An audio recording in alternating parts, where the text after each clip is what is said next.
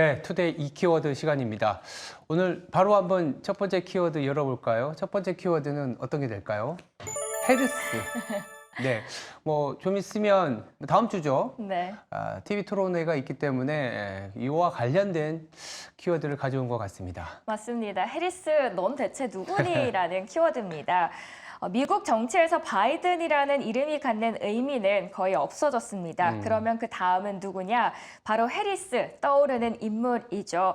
다음 주 TV에서 토론을 앞두고 있는 만큼 이 인물에 대해서 분석을 해드리도록 하겠습니다. 해리스를 표현하는 단어 중 하나는 활발함입니다. 바로 스키니진과 운동화가 바이든과 트럼프와는 대조적인 이미지를 갖게 하고요. 젊은 이미지, 활발함을 보여줍니다. 두 번째로는 유머와 흑입니다. 유세 중 비가 오자 춤을 추는 모습은 화제몰이가 되기도 했죠. SNS에서는 이미 해리스가 후보로 올라온 이후에는 축제 분위기가 이어지고 있습니다. 그런데 진짜 중요한 거는 이 흥분의 도가니를 표심으로 바꿀 수 있냐, 그것이 관건입니다.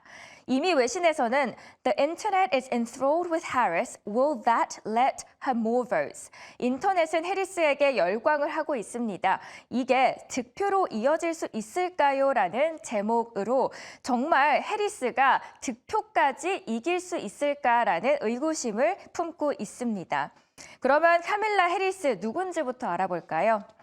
어릴 적 사진을 한번 가져와 봤는데요. 이름은 카밀라 데비 해리스고요. 1964년 미국 캘리포니아에서 태어났습니다. 아버지는 도널드입니다. 현재 대통령 자리 경쟁 상대도 도널드이긴 하죠. 버클리 캘리포니아 대학교 경제학을 공부하기 위해서 자메이카에서 미국으로 이민을 왔고요. 현재 스탠포드 대학교의 경제학 명예교수로 재직을 하고 있습니다. 엄마도요, 인도 남부에서 미국으로 이민을 왔고 그녀는 버클리에서 영양학 박사 학위를 받으면서 저명한 유방암 연구자였습니다. 결국 뭘 말하고 싶었냐? 엄청난 엘리트 집안이었고요. 엘리트 코스도 그 이후로 대대로 밟았습니다. 헤이스팅스 로스쿨에 입학을 했고요. 지방검사장, 법무장관 겸 검찰총장, 그리고 2020년 미국 최초 여성 흑인 부통령까지 이런 탄탄한 배경 갖고 있습니다. 그런데 뭐가 문제일까요? 대통령 후보로는 아직은 약하다. 부통령으로 지난 4년간 뚜렷한 성과를 내지 못했다라는 평가가 나오고 있다라는 겁니다. 그 근거 중 하나는 가장 문제로 거론되고 있는 이민자입니다. 바이든 정부 때 이민자가 기록적으로 최고치를 찍었죠. 이 문제를 해결하고자 맡았던 게 바로 해리스였는데요. 문제는 정책을 내는 데만 6개월이 걸렸다는 이유로 공화당과 일부 민주당원들로부터 비판을 받았습니다. 자, 옆에 보이시는 게 이제 미국인데요. 선거를 이기려면 중요한 거는 이 선거인단입니다. 노란색으로 보이는 게 경합주고 7곳입니다. 자, 그러면 이 노란색 지역의 표심을 얻기 위해서는 지금 해리스가 갖고 있는 장점들은 뭐가 있을까요? 먼저 외신에서 뽑고 있는 첫 번째 요소는 나이입니다. 81세 바이든 그리고 59세 해리스. 가장 위협적이었던 요소는 강한 요소로 뒤바뀌었고요. 왜냐? 도널드 트럼프는 78세이기 때문이죠. 두 번째로는 젊은 표심입니다. 해리스가 후보로 당선이 된 후 48시간대로 38,500명의 새로운 투표자들이 생겼고요. 더 놀라운 거는 그중에서 83%가 18세에서 34세입니다. 그 한 사례 한번 영상으로 보도록 하겠습니다.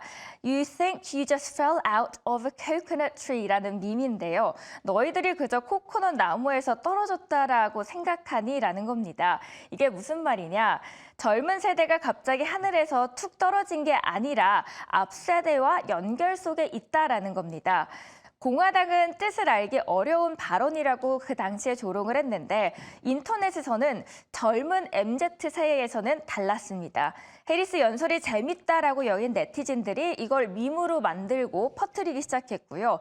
곧 그를 상징하는 영상이 만들어졌습니다. 그리고 이게 바로 투표로도 연결이 됐죠.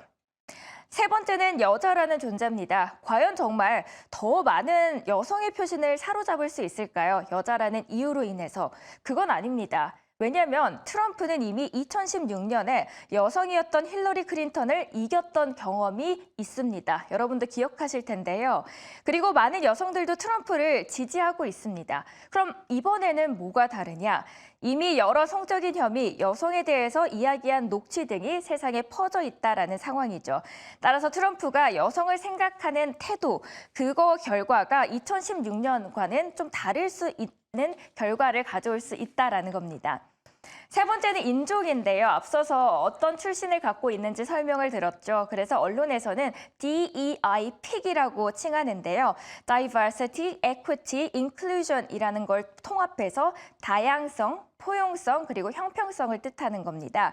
실제로 미국인을 제외한 다른 혈통을 갖고 있는 사람들의 마음이 조금씩 움직이고 있다는 것이 보여지는 사례들이 나타나고 있습니다. SNS에서는 통화 3시간 만에 150만 달러, 24시간 동안 총 8,100만 달러가 모금되면서 대선 기부금 신기록을 세웠다라는 인증들이 올라오고 있습니다. 2024년 선거를 결정할 수 있는 질문은 그래서 해리스가 허니문 단계가 끝난 후에도 이런 모멘텀을 유지할 수 있는지 아니면은 이걸 기반으로 더 발전할 수 있는지 여부입니다. 파이낸셜 타임스에서는 지금 현재 해리스 후보를 신뢰하는 미국인은 42% 그리고 도널드 트럼프 전 대통령은 41%의 비율을 갖고 있다라고 이야기합니다. 워싱턴 포스트에서도요, 해리스가 조금 더 앞서고 있다라고 하는데요. 이 수치가 해리스가 경제 문제에서 갑자기 트럼프를 압도할 수 있다라는 거는 당연히 아닙니다. 그런데 중요한 건 이거죠. 유권자들이 적어도 바이든에게는 개방적이지 않았던 방식으로 해리스에게는 개방적이라는 것을 시사한다라는 겁니다. 해리스의 정책 아직 새롭게 나온 것은 없습니다. 해리스의 제안 중 상당수는 바이든 행정부의 정책을 기반으로 하고 있고요. 일부는 조금 한 걸음 더 앞서가고 있다라는 겁니다. 제가 관련된 영상 하나 가져왔는데 함께 보고 마무리하도록 하겠습니다. 바이든과 뭐가 다르다고 딱 이야기하지는 않았는데 그런데 변화가 있을 수는 있다라고 합니다. 카밀라 해리스 미국 부통령은 취임 후 최우선 과제를 바로 미국 중산층의 경제적 문제를 해결하는 것이라고 이야기를 할 것입니다. 라고 했습니다. 첫 번째로는 해리스 과연 누군지에 대해서 함께 알아보는 시간 가졌습니다. 해리스에 대한 완벽한 해부였던 것 같습니다. 왜냐하면 이제 상당히 중요한 인물이다 보니까 그리고 두 번째 키워드도 사실 이 TV 토론이라든지 해리스와 관련된 얘기일 수밖에 없습니다. 배터리 어제 우리 시장에서 2차 전지 약진을 보였습니다.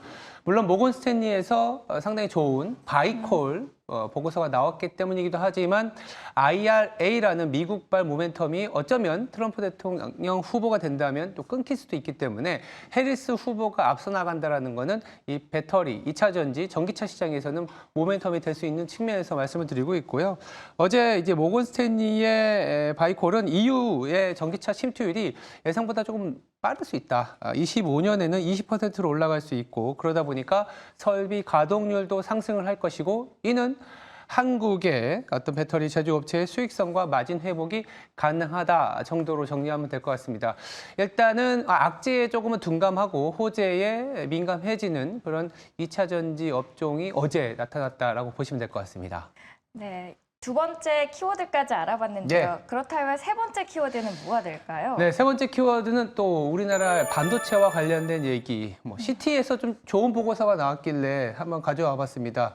반도체 투자 원칙. 왜냐하면 지금 반도체 업종이 상반기에 굉장히 좋다가 하반기에는 뭔가 천덕꾸러기가 된 것 같은데 사실 시장이 오르려면요. 반도체가 올라야 되는 거 누구나 알고 있습니다. 그래서 삼성전자와 SK 하이닉스가 잘 버텨주고는 있는데 15개의 원칙이 있지만 그중에 한 두세 개만 말씀드려보면 일단 첫 번째, 반도체 시크리컬이다.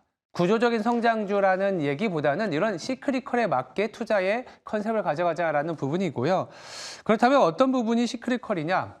리드 타임이 길어질 때 사고 짧아질 때 팔자. 길어진다는 얘기가 뭐냐 하면 한마디로 수요가 증가하고 공급이 수요보다 아직은 쇼티지라는 얘기인 거죠. 이거를 엔비디아로 확산해서 전환해서 말씀드려보면 지금 블랙웰이라는 신제품에 대해서 어떻게 보면 대기 수요가 발생한 오수번 효과 라고 할 수 있는데 오스본 효과가 뭐냐 하면 이제 신제품이 나오니까 기존 제품을 안 사고 기다리는 겁니다. 그만큼 지금 반도체에 대한 사이클이 아직은 끝나지 않았다라는 정도로 말씀드릴 수 있을 것 같고요. 배터리가 올라온 만큼 그리고 이제 반도체도 시장을 주도할 수 있는 힘이 남아있는 만큼 우리나라 시장에서는 이 선순환 그리고 순환 매장이 계속될 수 있는 그 가능성을 한번 짚어드렸습니다. 네, 오늘 시작에서 주목할 수 있는 세 가지 키워드에 대해서 정리를 해드리는 투데이 이 키워드 시간 함께 하셨습니다.